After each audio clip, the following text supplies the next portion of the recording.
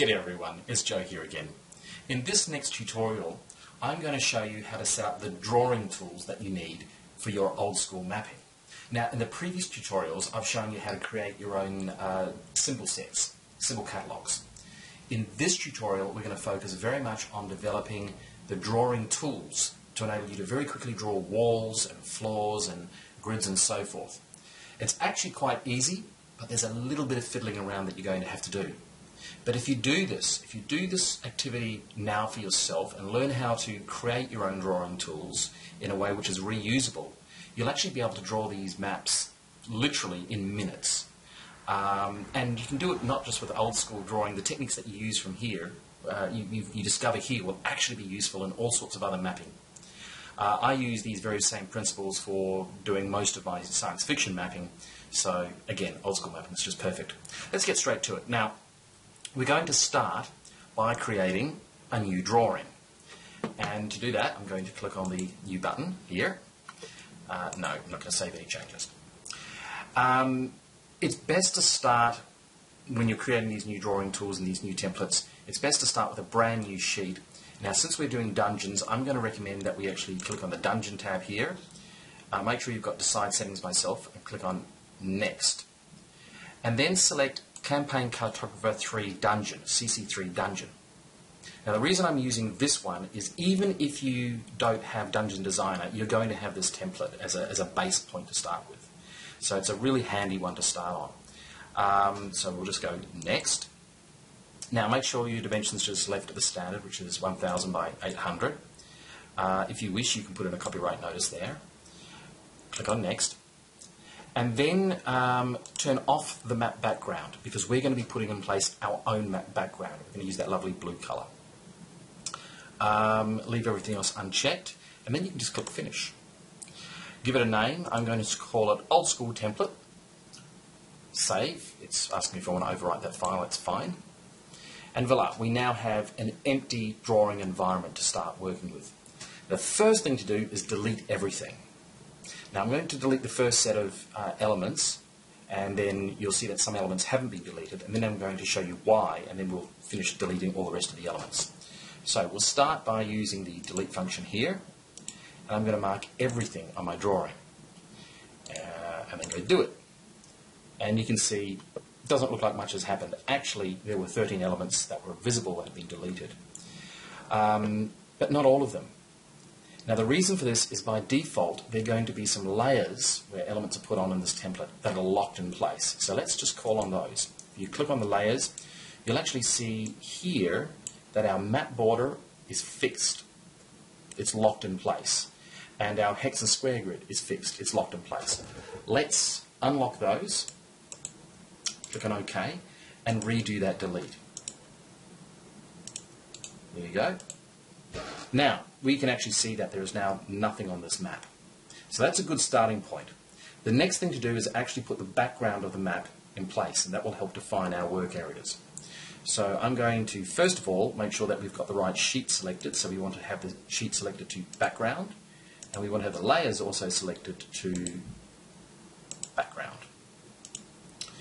Now, let's change the colour to the blue colour that we're going to be using for our mapping. I'm going to use colour 68, this beautiful blue colour here. It matches quite closely that old school mapping. And I'm going to click on, you can also use 66, which is a slightly darker version. Up to you, really. For this tutorial, let's choose 68. I'm going to click on now, OK. Now, we want to draw a rectangle. But we want our rectangle to be a very precise measure. We actually want it to be exactly 1000 by 800. Now, we could try and do this by manually positioning the tool, but I'm going to show you another way of doing that. I'll click on the Draw Rectangle tool. Well, first of all, make sure that your line is set to solid and your fill style is set to solid as well. So I click on the Draw Rectangle, and you can see down the bottom corner here, we've got first corner. Now, instead of using the mouse to position this, I'm just going to type it. I'm going to type in 0, 0, and then it's asking me for the opposite corner, and guess what that's going to be? You got it. It's 1000 by 800. And if you do that, you're going to get your dimensions absolutely spot on, perfect. Again, that's a technique that you can do when you're trying to get really high precision on all sorts of other object drawings. So there's our blue background. Hurrah! Okay, now the next thing for us to do is actually start to set up the drawing tools. And this is where it gets a little bit fiddly. I'm actually going to open up a file explorer, and I'm going to need to go into where I have installed Campaign Cartographer. By default, Campaign Cartographer will install itself in program files in Windows. I actually like to store it on another drive because I've got a nice high-speed solid-state drive for my boot area, but it doesn't have a lot of space. Campaign Cartographer takes a lot of space. So I actually moved all my Campaign Cartographer to my 2 GB hard drive. You can see it's over here, Pro Fantasy, Campaign Cartographer. All you need to do is figure out where that file is. And what you're going to be doing is going into the System folder here, and then you want to go to the Draw Tools. And in the Draw Tools, depending on what Campaign Cartographer add-ons you've got, you'll see lots and lots and lots and lots of folders. And each of these folders is effectively a set of drawing tools. It's a cluster of drawing tools. Now, I've already set up one here called JS Old School, and I'm going to delete that right now. So what you would do is you would find this folder, and then you would go New Folders, and you would give it the name of what you're doing. And I'm going to call this one Old-School D&D. Make it capital. Okay, there you go. Now, into this folder, we should place at least a couple, minimum of 2 drawing tools. And I'm going to grab them from Dungeon CC3. So I'll click on that, and I'm just going to grab 1 and 2. Just grab those 2. Doesn't matter which ones they are now. These are the drawing tool definitions, and they've got the extension DTO. So copy those, go back, find our Old School D&D, and paste them in there. So that's a little bit of fiddling that you're going to have to do. It's just one of those things that you have to live with. But a little bit of work you do here is going to add a lot to later on. So I'm now going to minimize that. So what has that actually done for us? Well, when we go to what we're going to do here is click on our File menu, and we're going to go to our drawing properties. These are the governing properties about many things about your drawing, such as what type of units of measure you're using in it. One of the really important things is what style or collection of drawing tools do you have. So I'm going to select, if we scroll down, we should see Old School D&D. So you can see it's picking up the name of the collection of styles based on what the names of those folders are in that. Pretty much leave everything else exactly as it stands there. That's all the only thing that oh, actually no, make sure that the text sheet has got text asterisks on it. We'll click on OK. So, we're doing okay so far. Now, we're going to have some great fun. We're going to start actually creating the special tools for this map. And the first tool that we're going to have is a stock standard draw floor. And there's many ways of doing this. I'm going to show you 2 ways initially, and then I'm going to start to show you some alternatives. So the quickest thing to do is click on the drawing tool and then click on custom drawing tools here. These are the 2 drawing tools that we pulled in from the other style. It doesn't matter what they are. The reason we pulled in 2 is just to make sure that we get the selection criteria here. I'm just going to click on one of them, and then I'm going to go back. That's sort of loaded into memory, if you will. I'm going to go back to Custom Drawing Tools, and then I'm going to click on Advanced. And I'm going to create a new drawing tool by clicking on New.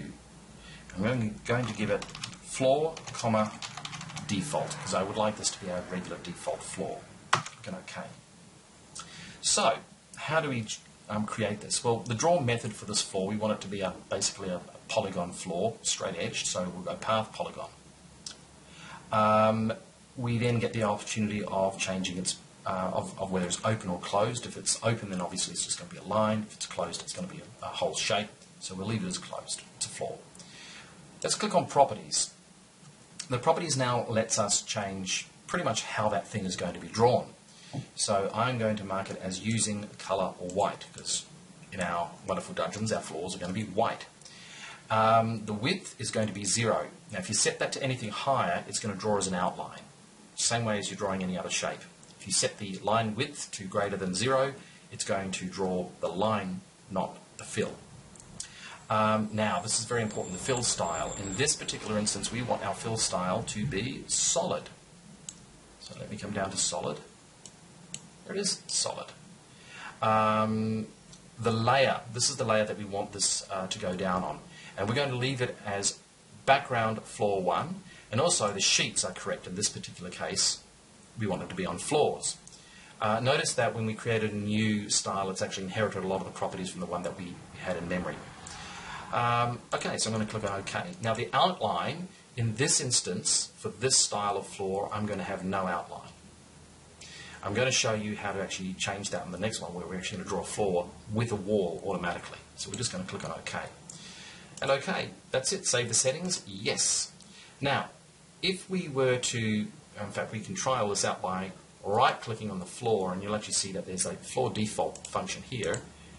We have now got a wonderful, easy way of drawing a floor.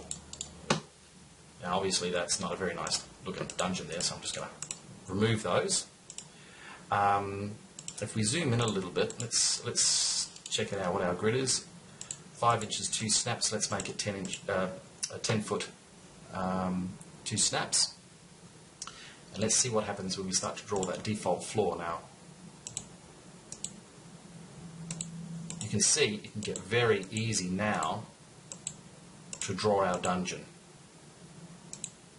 You've got the snaps on, you've got these lovely drawing tools all working for you. Easy. So, that tool has now been created. Our default floor tool has been created.